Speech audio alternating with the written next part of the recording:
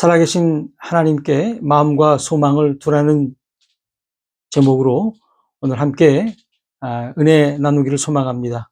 오늘 우리에게 주신 말씀 디모데전서 6장 17절에서 19절까지 말씀입니다. 디모데전서 6장 17절에서 19절까지 말씀입니다. 내가 이 세대에서 부한 자들을 명하여 마음을 높이지 말고 정함이 없는 재물에 소망을 두지 말고 오직 우리에게 모든 것을 후히 주사 누리게 하시는 하나님께 두며 선을 행하고 선한 사업을 많이 하고 나누어 주기를 좋아하며 너그러운 자가 되게 하라. 이것이 장래의 자기를 위하여 좋은 터를 쌓아 참된 생명을 취하는 것이니. 아멘. 어느덧 3월도 반이나 지나가고 있습니다. 그토록 많이 쌓였던 눈들도 언제 그런다는 듯 다 사라졌고 뭔가 올라오려고 듬성듬성 파릇파릇해지고 있습니다. 그토록 오지 않을 것 같은 봄이 지금 우리 가운데로 오고 있다는 사실입니다. 이렇게 봄 소식이 전해지기 전에 우리는 지난 언론을 통해 젊은이들의 극단적인 선택을 보게 됩니다. 지난 2월 달에도 또 지난주에도 가수며 배우가 우리 곁을 떠났다는 소식을 접했습니다. 이러한 연예인들의 죽음은 언론을 통해서 알려지지만 일반인들은 알려지지 않습니다. 알려지지 않을 뿐만 아니라 그 수는 아마 우리의 상상을 초월할 것입니다. 연예인들은 아마도 일반인들의 입장에서는 부러움의 대상입니다. 오죽하면 아이돌, 즉 우상이라는 용어를 사용하였겠습니까? 연예인들은 일반인들에게 우상으로 다가옵니다. 성공한 연예인이 되면 주체할 수 없는 돈과 인기가 따라옵니다. 이러한 것을 가지기 위해 오늘도 연예인 지망생들은 목숨을 걸고 준비하고 있다는 것입니다.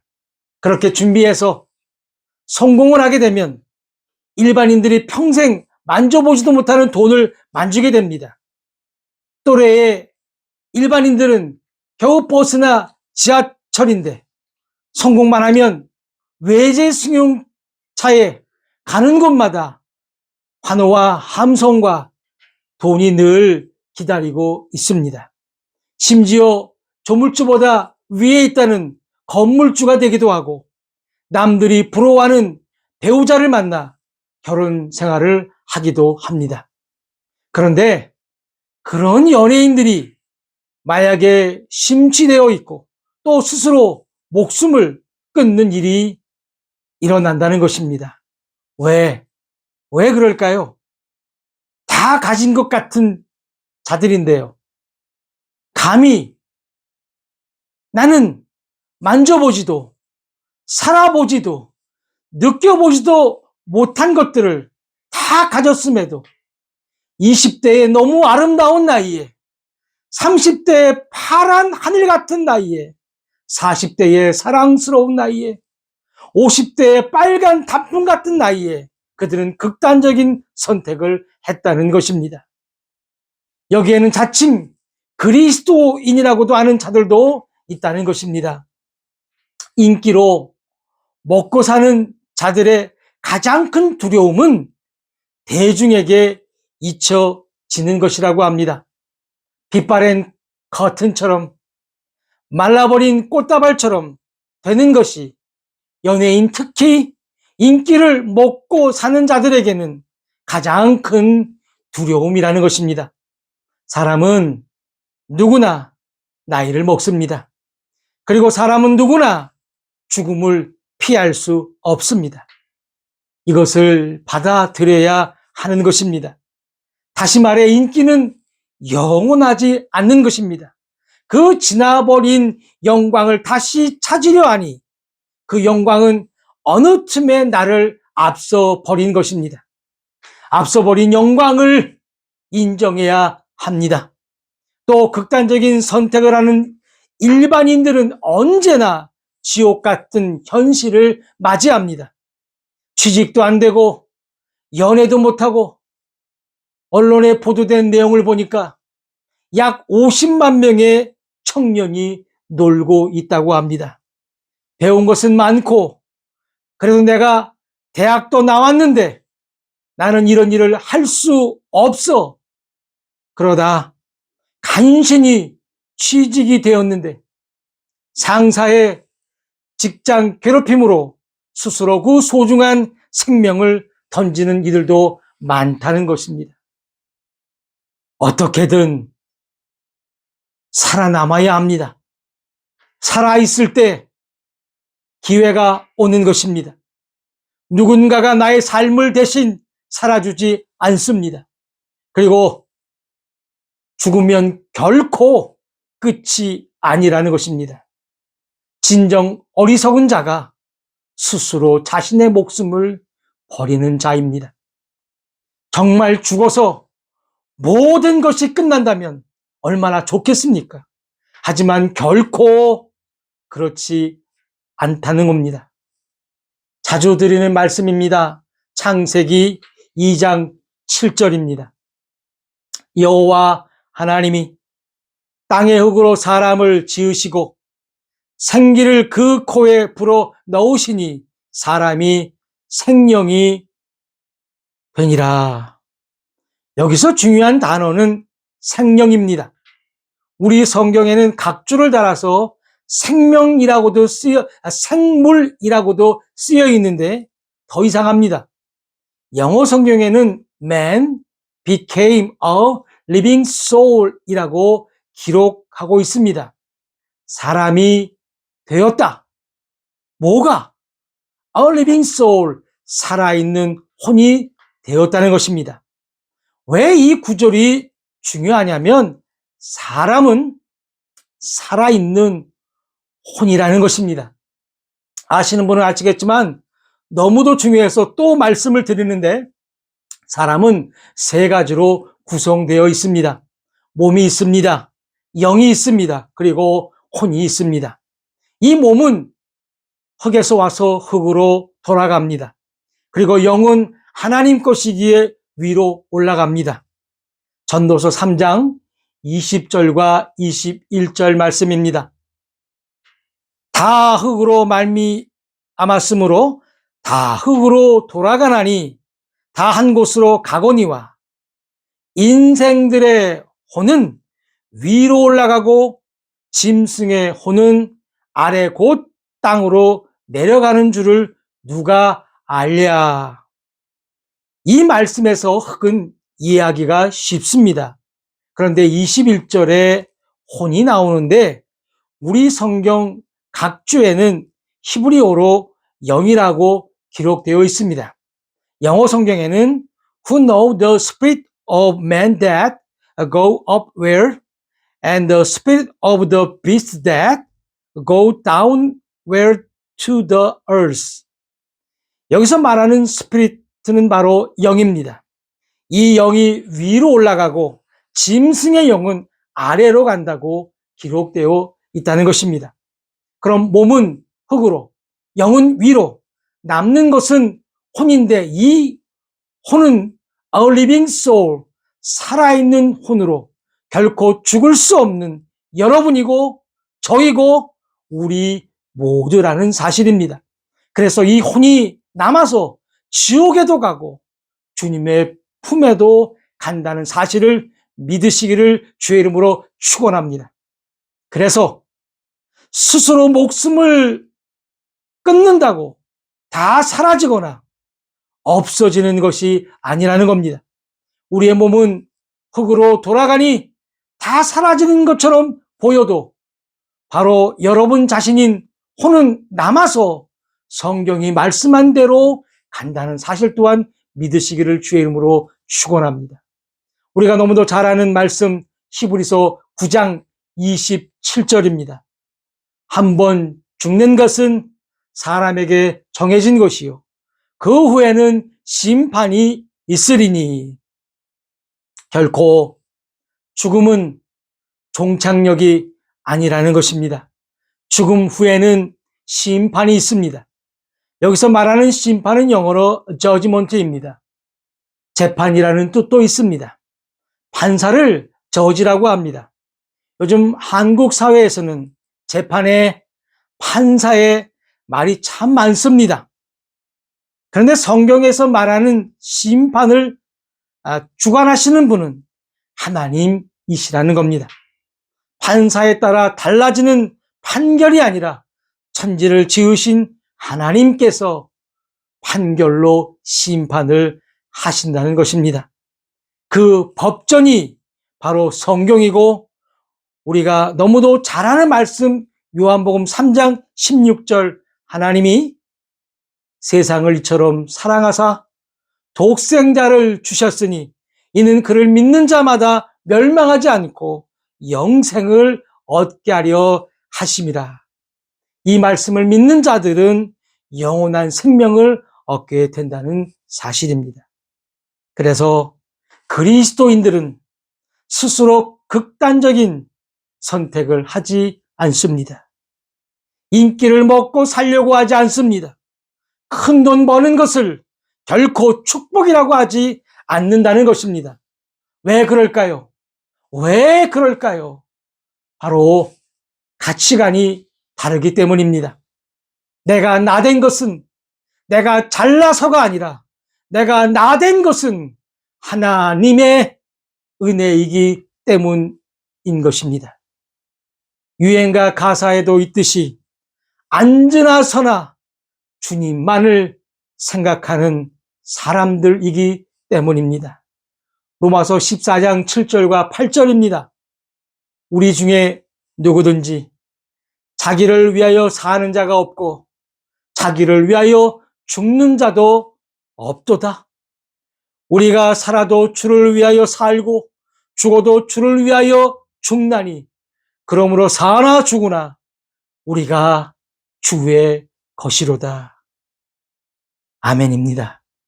믿음은 이러한 세상적인 욕망을 버리고 하나님의 말씀으로 나를 채워 나가는 것입니다. 여러분 속에 주님으로 가득 채워지시기를 주님의 이름으로 축원합니다.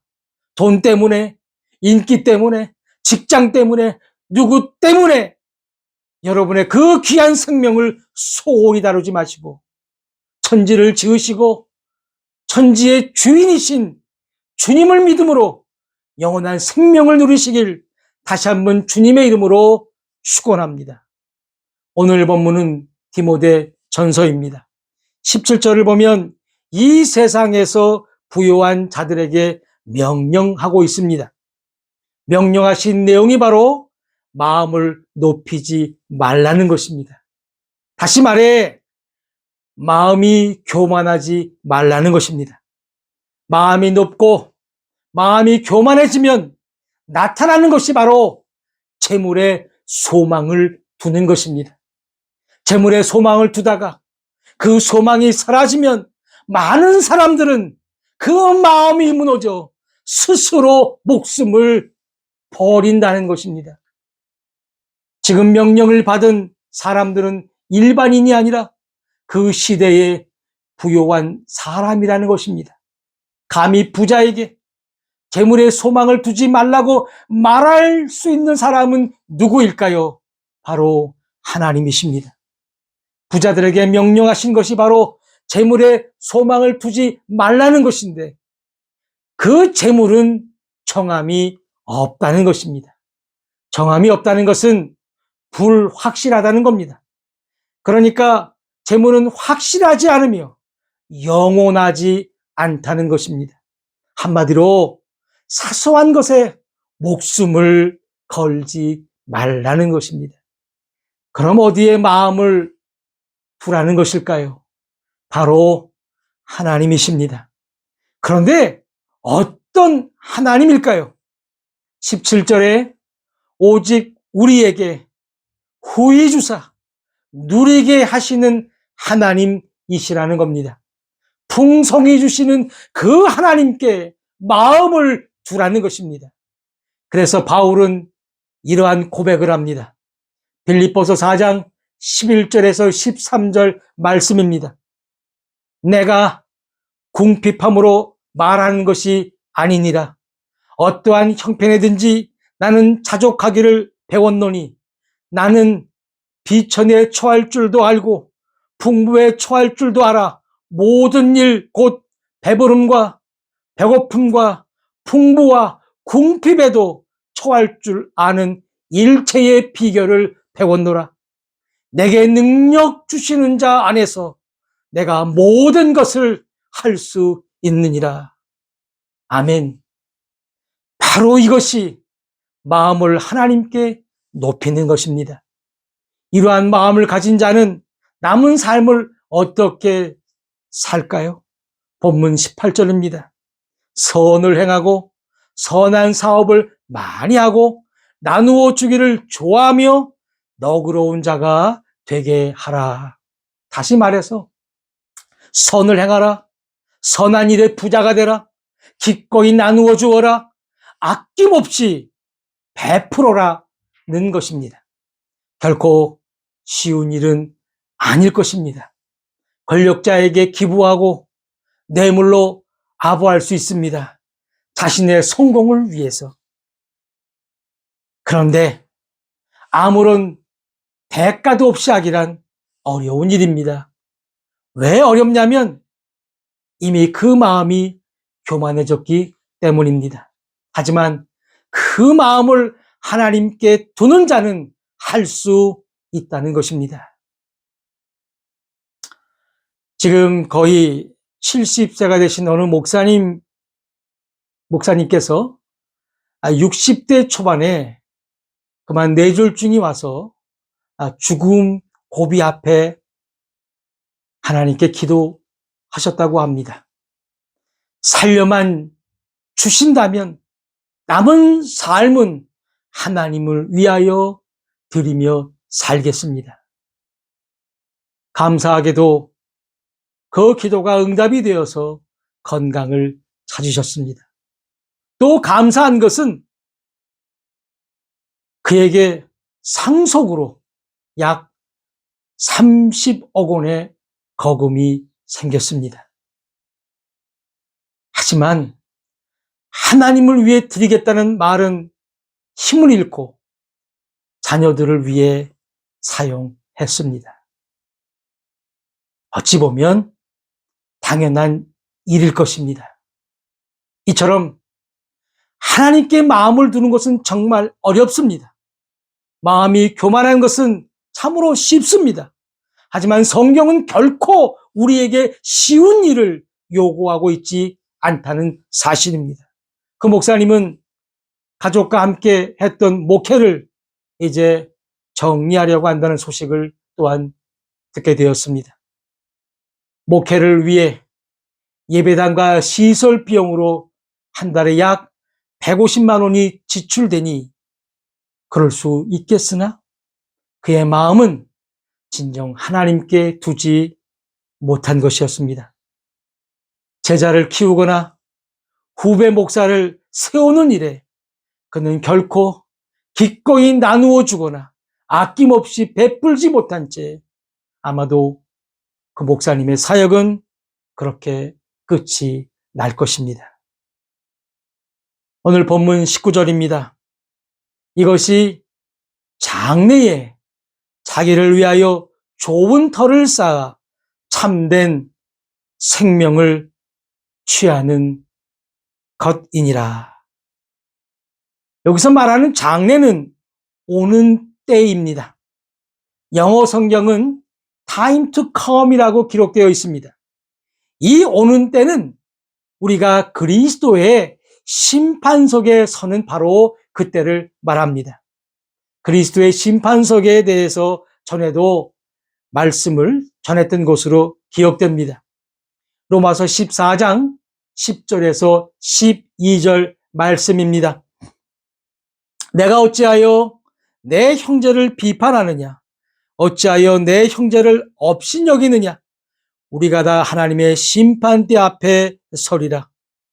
기록되었으되 주께서 이르시되 내가 살았노니 모든 무릎이 내게 꿇을 것이요 모든 혀가 하나님께 자백하리라 하였느니라.